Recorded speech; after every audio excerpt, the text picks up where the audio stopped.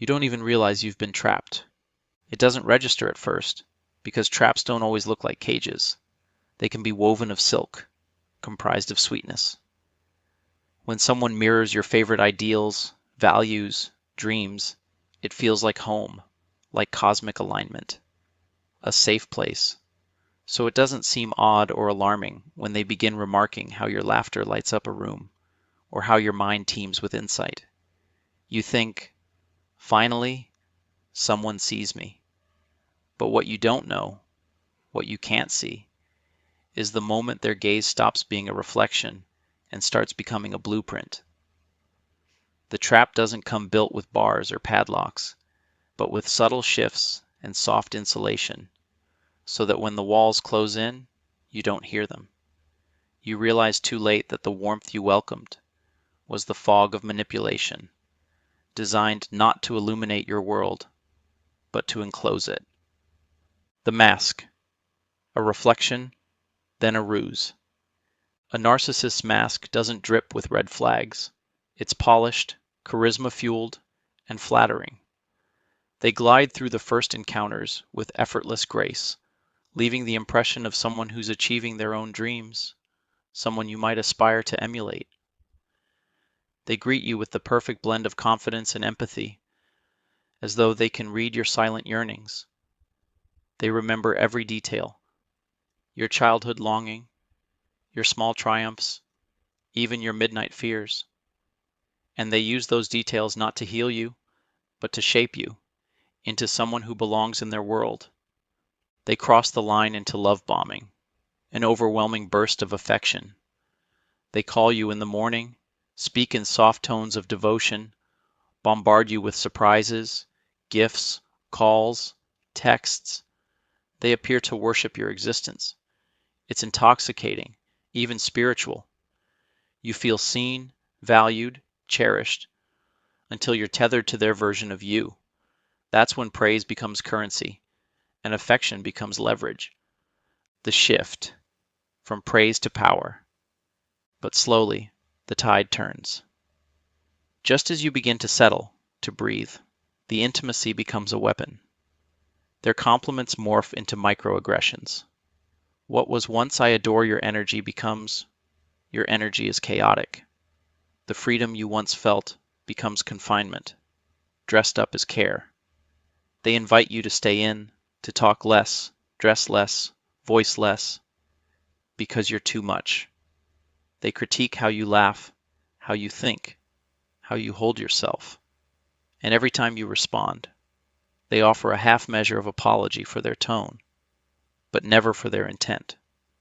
You start walking on eggshells. You apologize first, for no reason.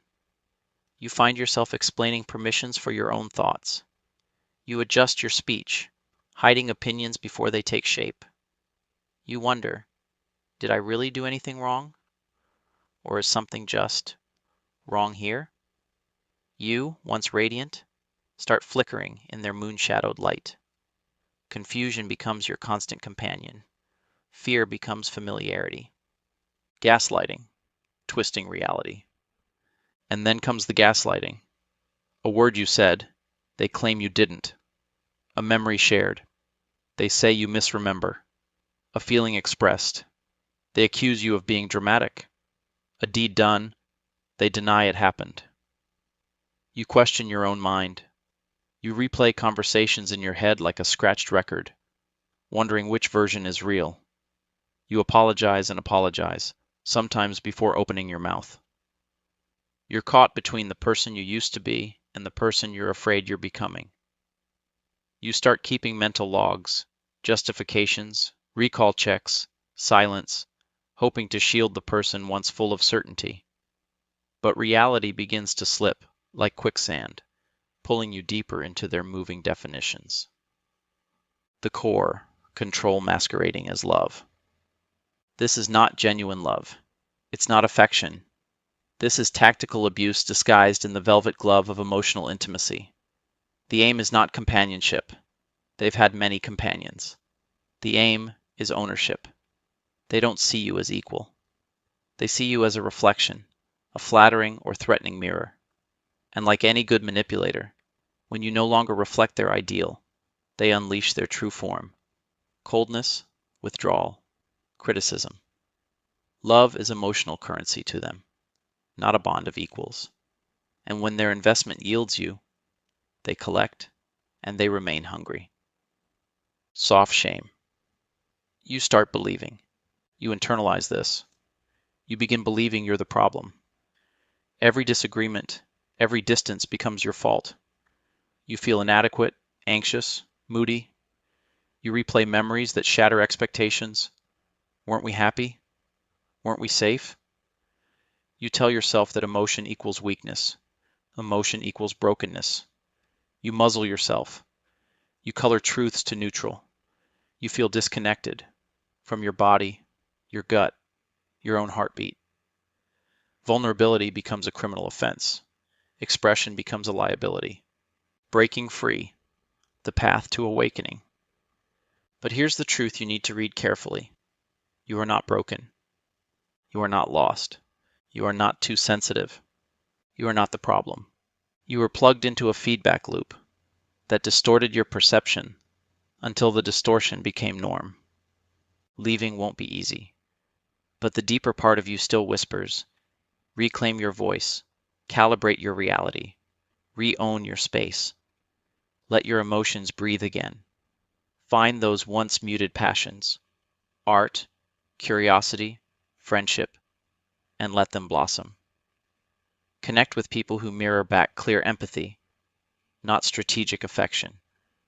Let your heart reforge itself in the warmth of authenticity, not control. Reclaiming self, your truth, your freedom. Beyond that trap wall lies your clarity. It stands there, solid and waiting, like dawn waiting beyond a night of overwrought dreams. Each small step into your own world, the space to think, the words to speak, the silence to sit in, chips away. You'll realize that safety isn't in soft cage bars. Real safety is the air you breathe freely when no one is measuring you. Real love is the one you wake up to within, not the approval you earn externally. When you rediscover that voice that isn't apologetic, that smile that isn't measured, that silence that isn't strategic, you'll know. The real you wasn't lost. You were just hidden behind someone else's projection. And when your light returns to full brilliance, you'll see that you never needed justification for being you. You just needed to leave the room where your presence was inconvenient. So yes, you were manipulated. You were made to question your mind and your worth. But now you can step outside that illusion. You can reclaim your stories, reclaim your heart. You can choose the light of your own truth again. Because the walls were never your prison. They were someone else's design. And you're coming home. Narcissists operate from a space of inner emptiness. They crave validation the way an addict craves a fix. But their self-worth is borrowed, extracted from you. That's why they need your praise, your time, your energy, and sometimes even your identity. And the moment you stop giving it, they'll either discard you like trash or punish you into obedience. This is where most people get stuck. They're not chained physically, but emotionally. They remember the good times. They hope for change. They see flashes of the person they fell for. But that person was a mask, a carefully constructed role, designed to lure you in. Don't deny red flags just to hold on to the illusion of love. So how do you break free? You start with the one thing a narcissist fears the most: self-awareness. Because here's a truth no one tells you. To control you, they must keep you confused. To escape, you must reclaim clarity. You must recognize gaslighting is not love. Silent treatment is not maturity.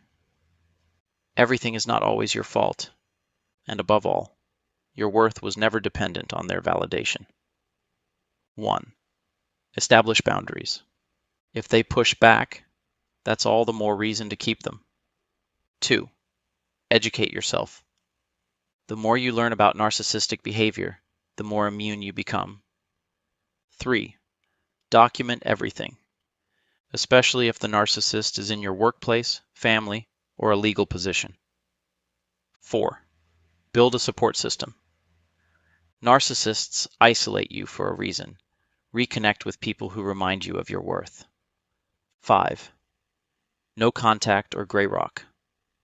Either cut ties completely or become emotionally neutral. No reaction, no emotion. Give them nothing. 6. Therapy and healing. Not just to get over them, but to come back to yourself. You don't need their approval. You don't need their love, because it was never truly love to begin with. It was a mirror, reflecting back the pain they never healed. But you're not here to be a mirror. You're here to be whole. So protect your peace, reclaim your power, and most importantly, don't lose yourself trying to fix someone who never saw the real you. Because freedom doesn't begin when they let you go. It begins the moment you decide you are enough.